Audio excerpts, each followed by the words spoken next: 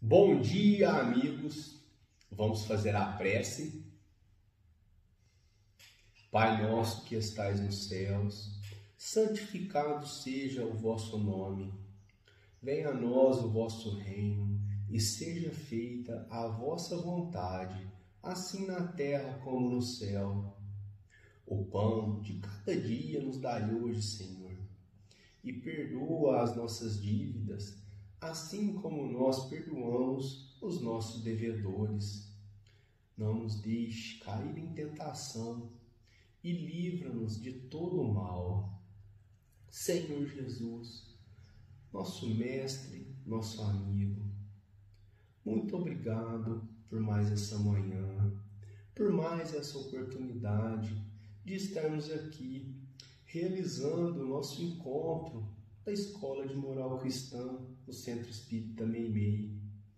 Obrigado, Senhor, por mais esse dia, que é uma oportunidade de nos esforçarmos para sermos um pouquinho melhor do que ontem. Fique conosco, Senhor, nesse momento. Abençoe o nosso estudo, as nossas reflexões a respeito dos seus próprios ensinamentos. Queremos pedir que abençoe a cada lar, cada amigo da família espírita de Meimei que está conectado a nós nesse momento, pelos laços do pensamento, pelos laços do coração. Abençoe a toda a nossa cidade de Franca, para que logo nós possamos estarmos juntos, reunidos, com muita alegria. E assim, nós damos por iniciado o nosso estudo da manhã de hoje. Muito obrigado por tudo, assim seja. Então, hoje, nós vamos ler do Evangelho segundo o Espiritismo, no capítulo 28º, Coletânea de Preces Espíritas. Vamos ler o prefácio da prece pelos doentes. É o item número 77. Se Deus não houvesse querido que os sofrimentos corporais se dissipassem ou abrandassem em certos casos, não houvera posto ao nosso alcance meios de cura.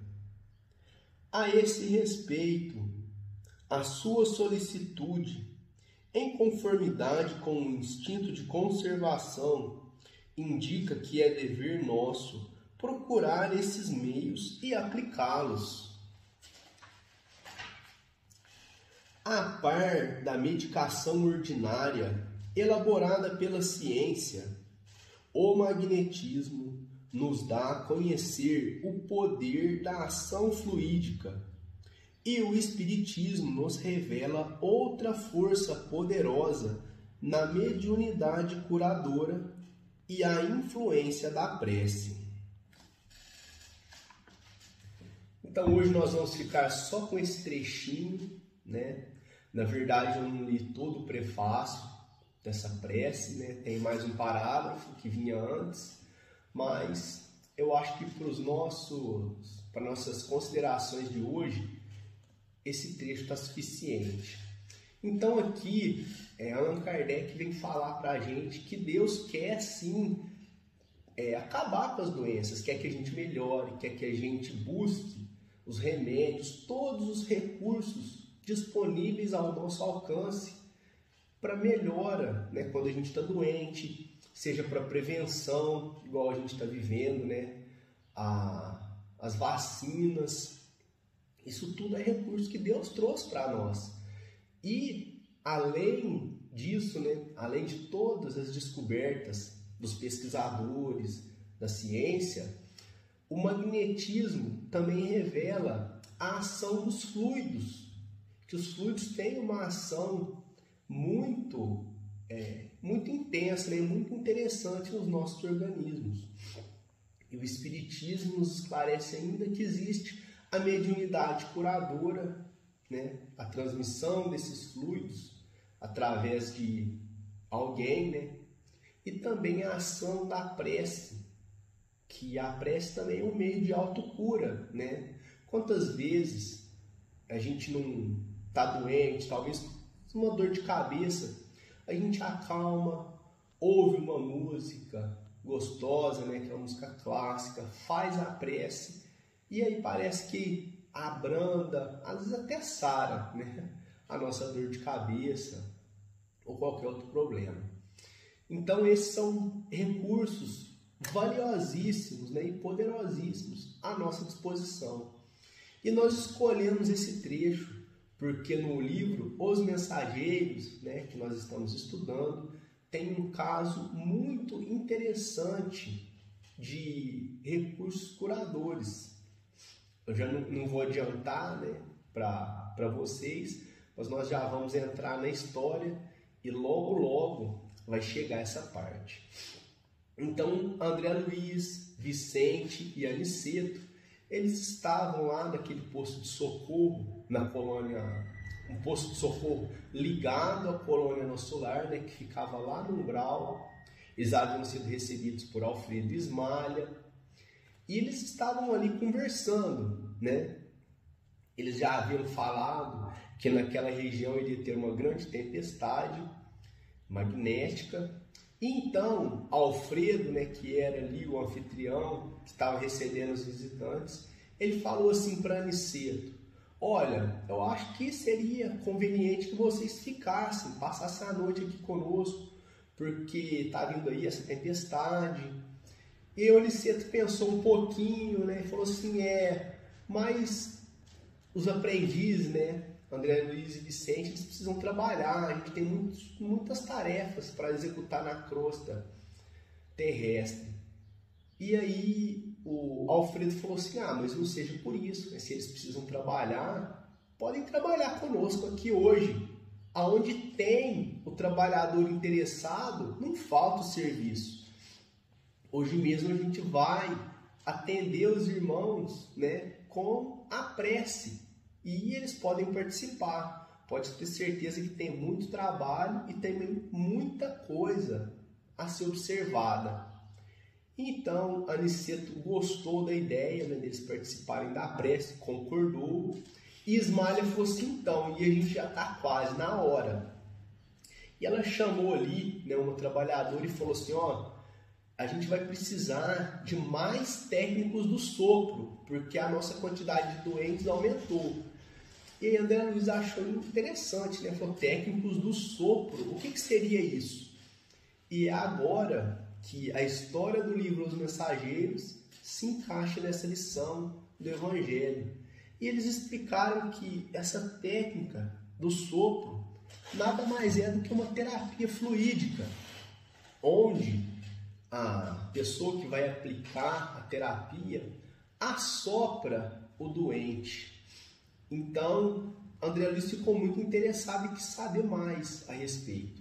E aí eles explicaram que é um tratamento parecido com o passe, uma transmissão de energias, né? Uma transmissão de fluidos, mas que para chegar, né, no estágio de poder aplicar essa terapia, é preciso, né, bastante esforço do trabalhador.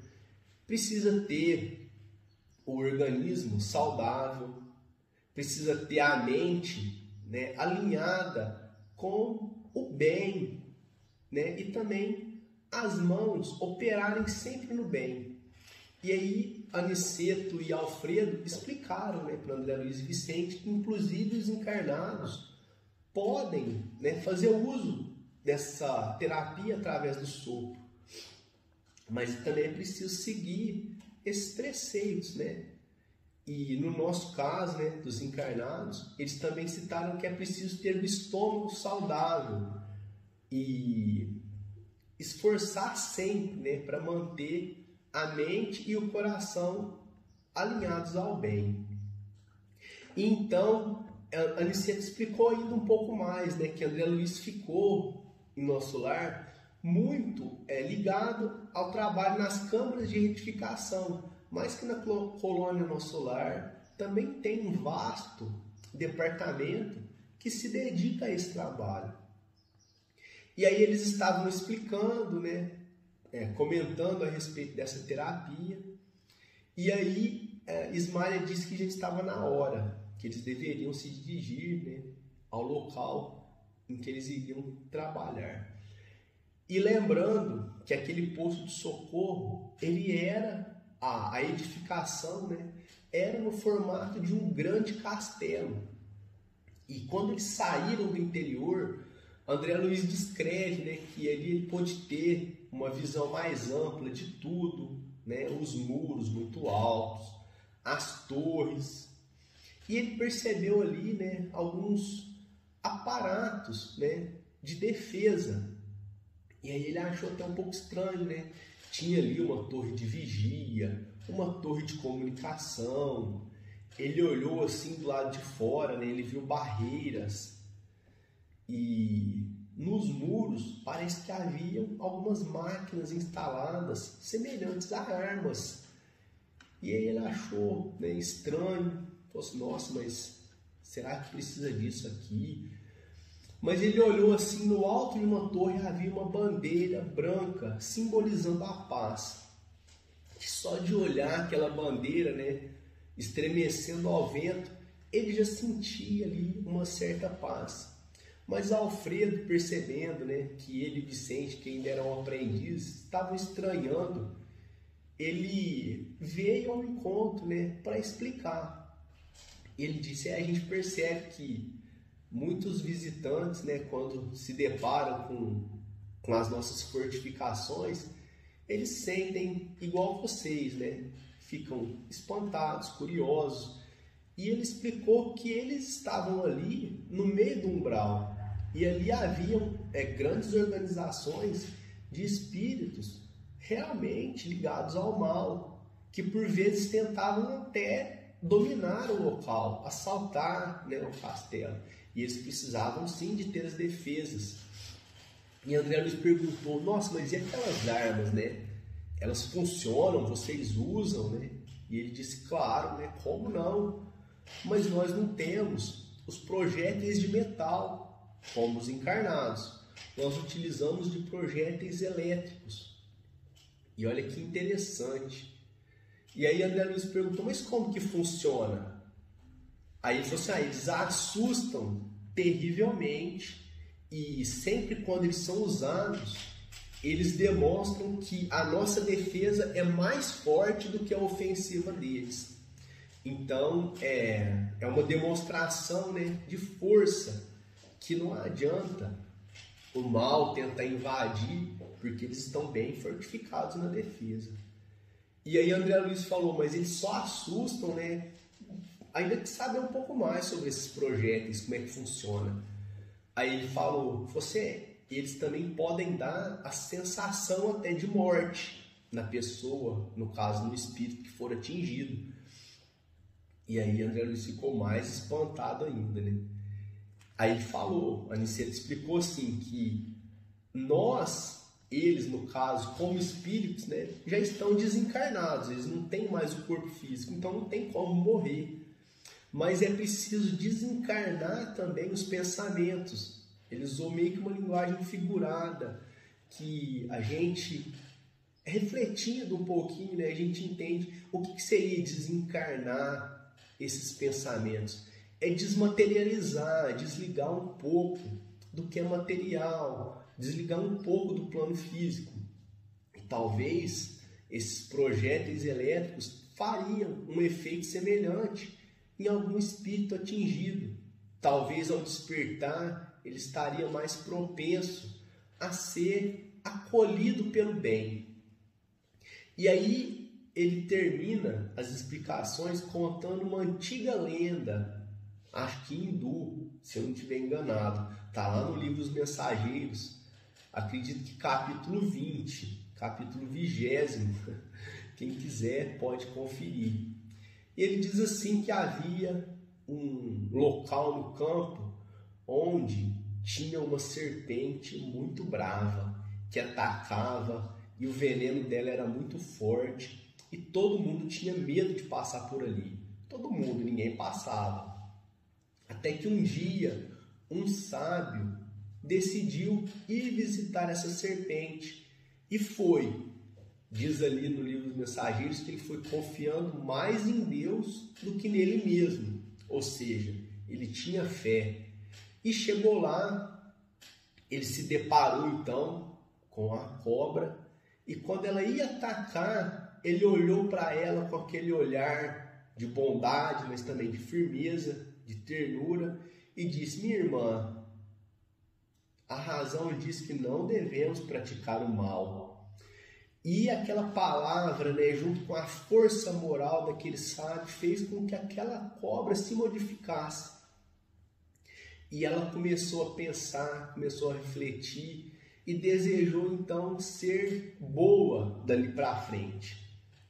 E aí, ela agora modificada, querendo reparar todo o mal que já havia feito, todo mundo que já havia picado, ela começou a se apresentar, né, dizendo que agora ela era boa, ela era diferente.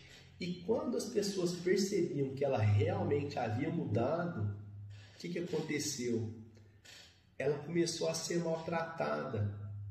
Então, eles atiravam pedras, tentavam atingi-la com bastões, né, de madeira, de pau.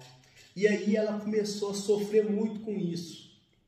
Voltou para o campo dela e ficou lá quietinha. E aí um dia o sábio foi visitar ela de novo. E aí ela contou para ele tudo o que estava acontecendo. Aí ele pensou um pouco, olhou para ela de novo e disse: então, mas acho que a irmã não compreendeu muito bem as minhas palavras. Eu disse que não podemos praticar o mal, mas por vezes a gente precisa nos defender. Nós precisamos, às vezes, até aparentar, né, que somos mais robustos, mais resistentes, para nos proteger também da maldade alheia. E aí, o que ele estava querendo dizer com isso, né? Que eles ali tinham aquela aparelhagem defensiva, eles não iam atacar a ninguém. Tanto que a bandeira que o castelo ostentava era a bandeira da paz. Mas eles precisavam sim ter a defesa.